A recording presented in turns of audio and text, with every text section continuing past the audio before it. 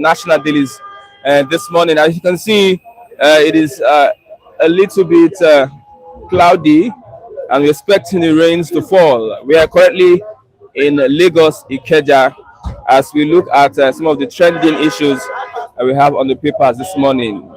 Politicians are calling for Peter Obi's arrest. One of them is former NDDC boss Loretta Onochie. She said that how would somebody that came third would ask him that the court disqualify someone that came first for him to be declared the president. That was her reason for calling on the DSS to arrest Peter Obi. And on the FBI files, 2,500 documents will be given to the opposition party, that is the PDP article, so as to look into some of the crime factors that has beclouded the president of the Federal Republic of Nigeria. Yes, sir, you're watching News Post TV. Don't forget to like and also share this program. We are currently on the streets, and I want you to enjoy today. Now, the Chief of Army Staff has said that sit at home has ended in the southeast. It has ended in the southeast, and we are going to get reactions from the Chief of Army Staff this morning. Yes, I have Mr. Matthew. Mr. Matthew, good morning, Mr. Matthew.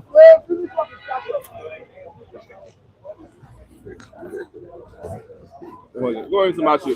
Good morning, Mr. Christian. Yeah, we have it in good information that there are 2,500 files that the FBI have been committed to release so as to look into some of the allegations against the President Bola Ahmed Tinubu. What's your take on it? Is it 2,500 files?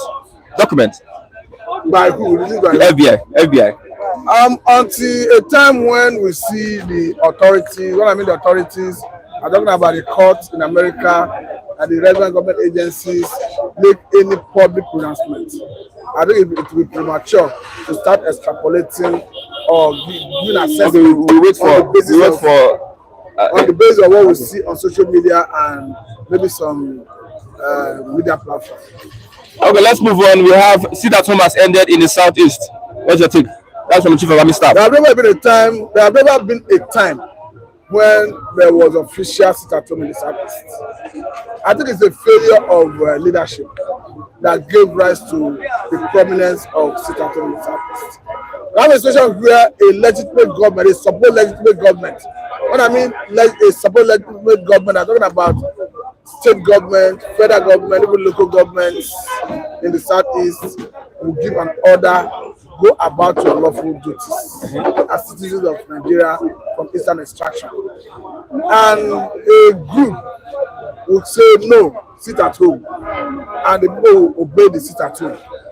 That's why I said it is a failure of leadership is because the government lacked the potency to protect the people. Because the government was not possessing monopoly of coercive power. That is why it was first time. Okay. So in the first place, there have never been any time there is official sit at home in the southeast for the government to start saying. When you talk about official, you're saying that it's not recognized by the government. No, yes, of course. So why should the government be the one saying there is no more sit at home? It has become a menace. It's affecting. The government should never recognize that there is sit at home, and they should not be the one saying there is an end to sit at home. Even IPOB itself, I think I don't know to the truth of the statement that came from the council to Nnamdi Kanu. Okay. That Nnamdi Kanu himself have ordered that they should stop the sit at home. So I think the government should wake up to its responsibility of protecting lives and property. Okay, let's move on. We have Labour Party cries out as they lose at the tribunals. I think they have the right to appeal. They have indicated their interest to appeal the judgment, just as they failed to satisfy with the pronouncement and declaration of INEC and they approach the Presidential Election Petition Tribunal. The Presidential Election Tribunal just gave its judgment and they equally feel dissatisfied. It's within their right to approach Supreme Court for Supreme Court to give its own judgment. And I think the appeal court have released the certified copy of the judgment to all the parties. They have now set stage for the Labour Party and PDP to approach Supreme Court for to file their appeal. So until time when Supreme Court will give their judgment, I think it's not my place to start extrapolating the way and manner the case will go. Okay, let's look at lastly, Loretta Onoche have come out to say that the candidate of the Labour Party, presidential candidate of the Labour Party, should be arrested because how would someone who came third in an election be asking that he be declared president, that he must have a sinister motive for doing that? I think she's seeking for relevance and appointment. Don't forget that she's out of job now. Former NDDC. That is a better way to seek for appointment. But it doesn't make sense. What I'm saying is strategy of politicians. Because for me, this all imagination, looking at Obi before the election, during the election, after the election, this is somebody that have comported himself within the ambits of the law with a high level of decorum. So this all imagination to see somebody calling for his arrest on the basis of incitement to violence. I've not seen him inciting anyone to violence. Maybe Nnamdi need to come out clean and give us the details as to where, when, and how they saw people to be inciting people to violence. Looking at the action of obedience on Twitter and on social media, if as an individual you commit offense that is punishable under the law, is it not understandable that the security agency should arrest the individual and prosecute that person? You have prosecute another person in place of another person. I'm not pronouncing anybody guilty anyway. What I'm trying to say is, if as an obedient member or member of obedient movement, the person commits an offense or a crime, or is perceived to have committed a crime, is it not proper to arrest that individual and prosecute that individual? You now target the principal and say the principal committed an offense. So for me, I think in this all imagination, how, where, and when Peter Obi incited people to violence. Like I said earlier on, I think the woman is out of job. He may be looking for another job. That may best explain the reason she is doing that, because you understand that when the governor, I mean the current president, Senator Ahmed Bola Tinubu, sacked all the board members, all the head of parastatals. Even currently, we have all the ambassadors sacked. So the woman is out of job. It may be another strategy of seeking relevance and looking for another job. And looking at some of the moves that Tinubu have made internationally, do you think some people are saying that he is going to do well as president? The deal he has struck with UAE. I think the deal is a welcome development, but don't forget that the former government under Muhammadu Buhari caused that a problem, because we had a situation where United Arab Emirates were finding it difficult to repatriate their fund, their earning, their profit back to their home country, because it's in the interest of any businessman to make profit and send back to your home country. So when it becomes a heckling task for them to do so, they decided to pull out of business in Nigeria, and their government took side with them. Their government? Yes. Okay. They took side with them, and they placed visa ban on Nigerians. So Mr. President going there to broker peace, and he was able to restore that. I think it's a welcome development, if you ask me. A good one that he will do better. No, that does not suggest that he will do better, because there are so many fronts where he's performing woefully. I can categorically tell you that Mr. President is doing bad on so many areas. Particularly the issue that has to do with unification of Naira at the official window, I think Mr. President is totally getting it wrong. Because before this government came on board, we had a situation where Naira was exchanging for 471 Naira to $1 at that official window. This government came on board, removed fuel subsidy. Yes, I agree, fuel subsidy should go. All stakeholders have agreed that fuel subsidy should go. But that unification at the official window, I think the timing is wrong. That is a situation where we are not producing. We operate on a mono economy, okay. And you are unifying Naira, and we are seeing the impact crash, how Naira is crashing against dollar. Even the recent intervention of government borrowing $3 billion from Exim Bank through NNPC. Yes, borrowing $3 billion from an Egyptian bank to crash dollar. Didn't yield any positive result. Dollar money crashed for like 2-3 weeks. As we speak today, Naira is already exchanging for about Naira and something Naira to $1 at that time. So I think the government needed to reverse that policy and wait until the time when we start producing enough to export before you now unify Naira at that official window. Then again, look at all the government plan intervention where we are still looking at government that seems to be campaigning after election. They are telling us you want to give $1 billion each to about 75 companies. to galvanize economic activities as a grant. Good idea. But 2-3 months after the promise, we have not seen any seriousness on the part of government. We want to give 1 million each to some selected small scale business owners. More than 2 months after the promise, we are not seeing the thing coming to reality. We are saying we want to roll out 3,000 buses that run on CNG. Understandably, if you use compressed natural gas to run vehicle, you'll be saving 50% of your operational costs. But more than 1 month, 2 months after the promise, we have not seen the government make any conscious efforts. We are not seeing any vehicle that run on compressed natural gas on our roads. It looks as if the government is playing Jimmy on Nigerians. Look at rules. Okay. Thank you very much, Mr. Mazi, for your contribution this morning. I got an update that What do you have to say? Tinubu is a stick. One issue. Yeah. Tinubu they say Peter Obi is. Do you come where you are coming here? Peter Obi instigating youth against Tinubu. You are coming here, Mr. Martin. Peter Obi instigating. There's a report that they say Peter Obi is instigating youth against Tinubu's government. Yes, good morning, Mr. Christian. Thank you for having me.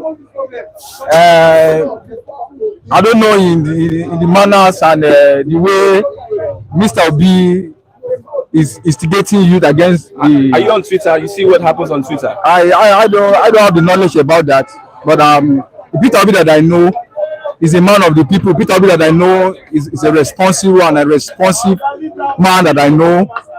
I don't want to join issue with that for now because I don't have the knowledge about that.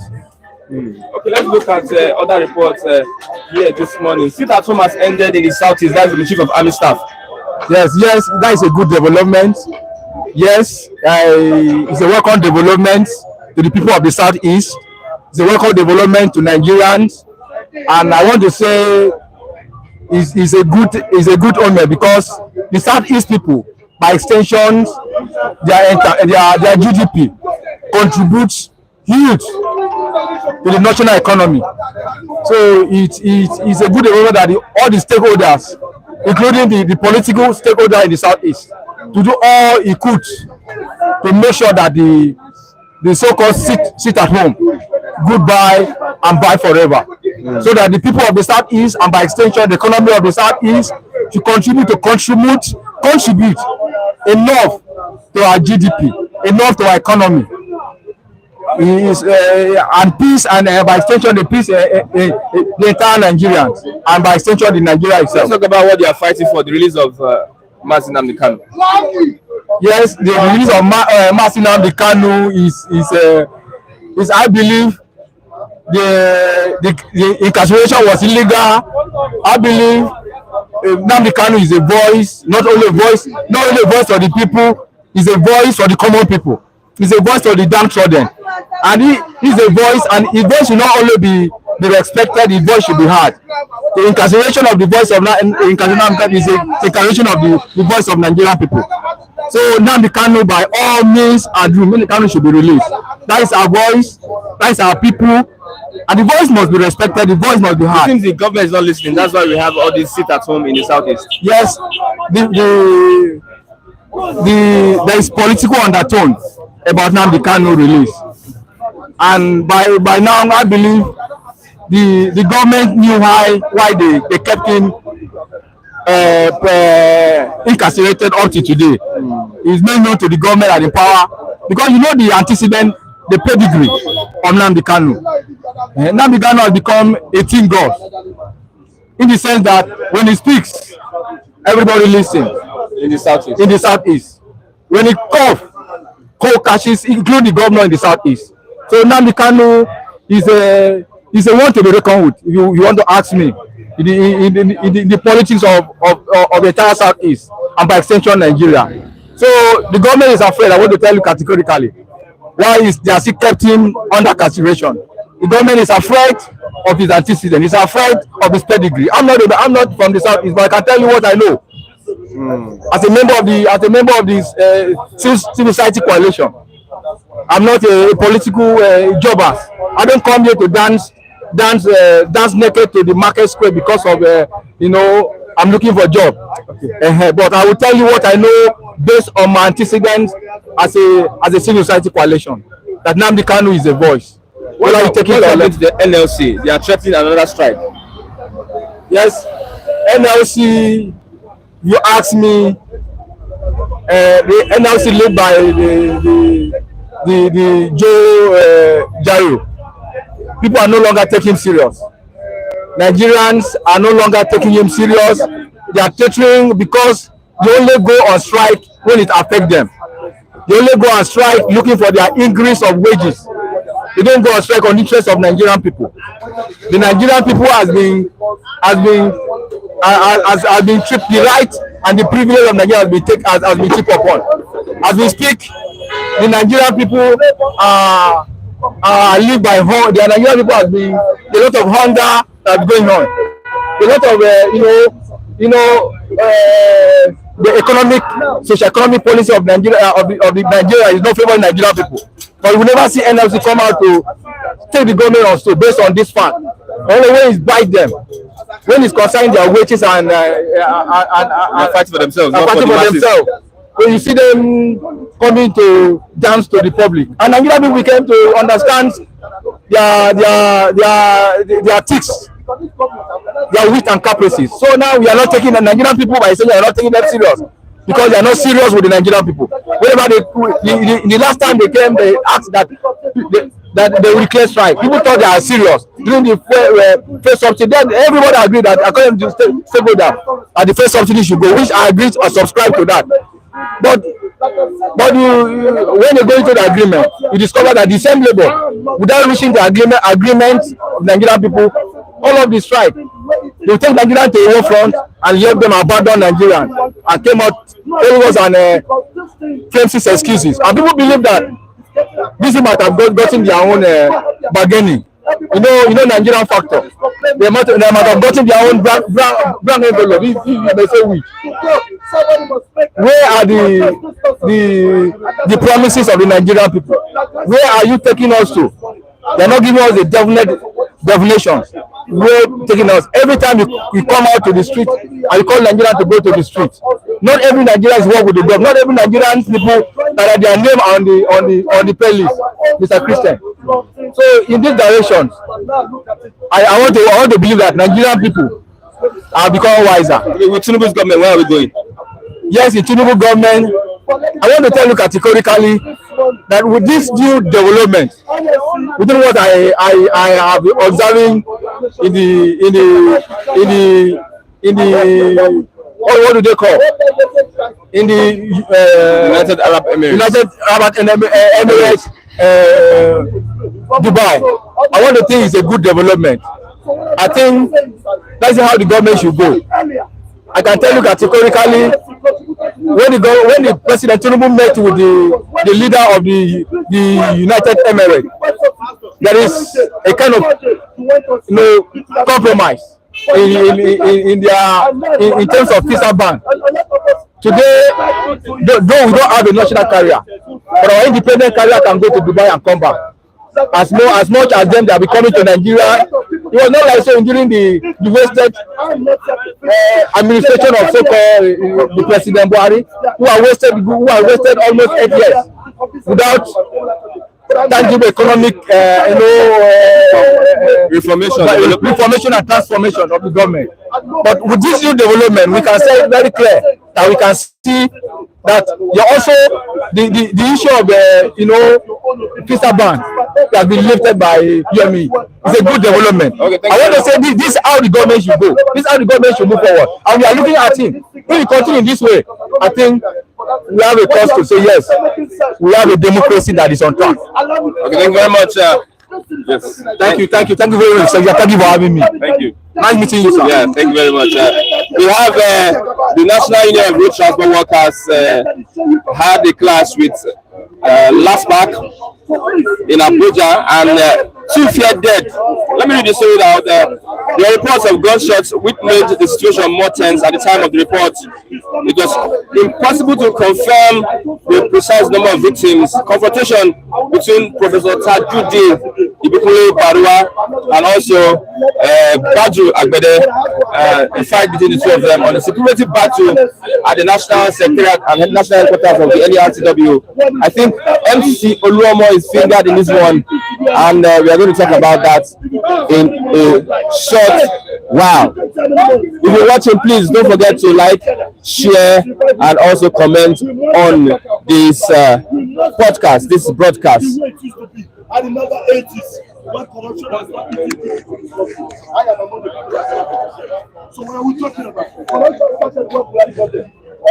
have Mr. David with me this morning. Mr. David is going to speak on the NURTW clash. NURTW clash. Mr. David, good morning. Good morning to you, Mr. Let's talk about what happened yesterday. Lagos State Park Management Committee, what are they doing at the national headquarters of the NURTW?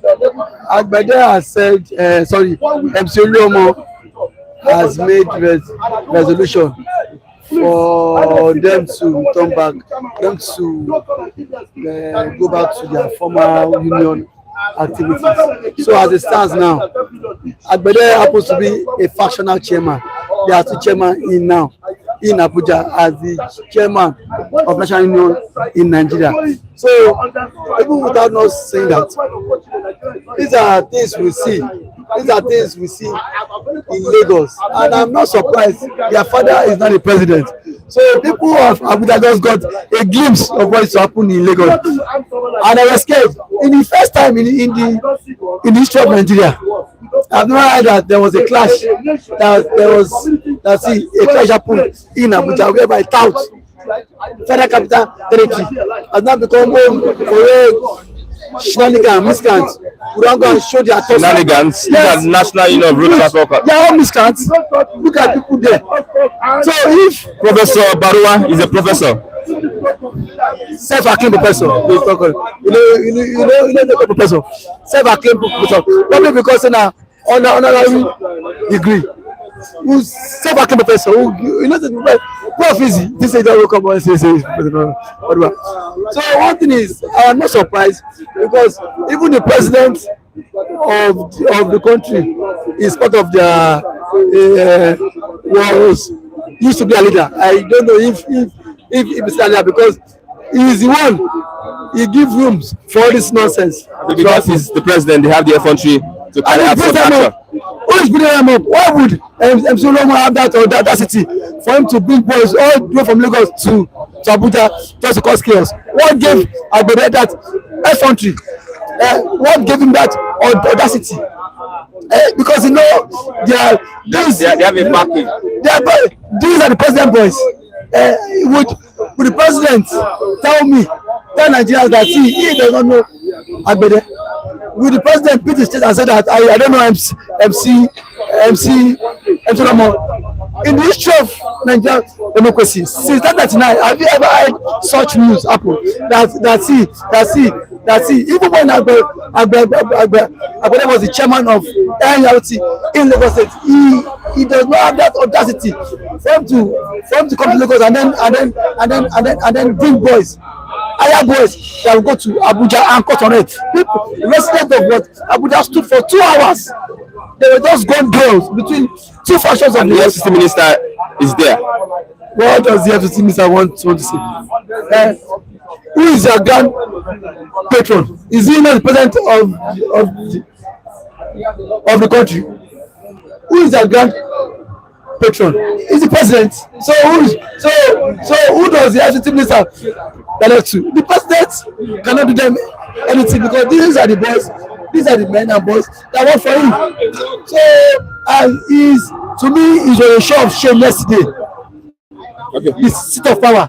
Agbero now holding Abuja residents, holding the state, holding the FCT secretary to house of this nonsense union nonsense that the government need to what? Abolish. What is the contribution of the NURT to our economy? The revenue collection agency. Now go to lists. Go to now. I challenge you. Go to Ministry of Finance and then check when you claim that they are revenue collecting, you don't remit to the federal government. Do they remit to the federal land revenue? No, because if you are saying they are collecting revenue, on whose behalf? On the government behalf? On whose behalf? Where did the money go to? Roads are bad. NURTW cannot single-handedly come beat their chest that okay, NURTW constructed this road. NURTW gave out this palliative. NURTW did this. Their own is just to cause havoc and then fight across the nooks and constituting nuisance, saying order. Now, Bola Ahmed Tinubu has now brought in that style now to Abuja. Yesterday, sometimes they will continue to fight again and fight. Nonsense. What nonsense? Okay, let's look at allegations that Peter Obi is inciting Nigerians against the government of Bola Ahmed Tinubu. What's your take on that? Who is saying that trash? Yes, Loretta Onoche.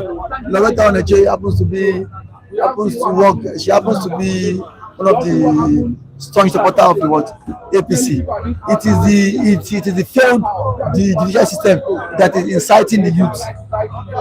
The failed judicial system that failed to give justice.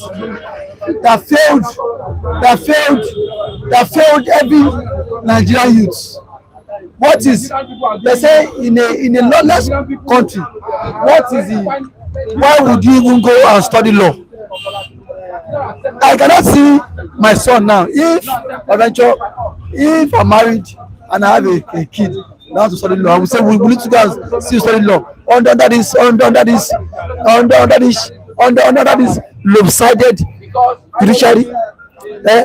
Under this judiciary that will see the truth and then bend shy away from the truth. Under the judiciary that is not what independent. Under the judiciary that is a one-sided judiciary. Under the judiciary where the hope of the common man is not being protected.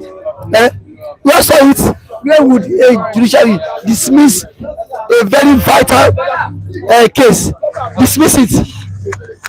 They will just dismiss it, and then which is bad. It's bad. As a Nigerian, I no longer have hope for the judiciary anymore. Okay. I don't have hope for the judiciary. Thank you for giving me. God bless you.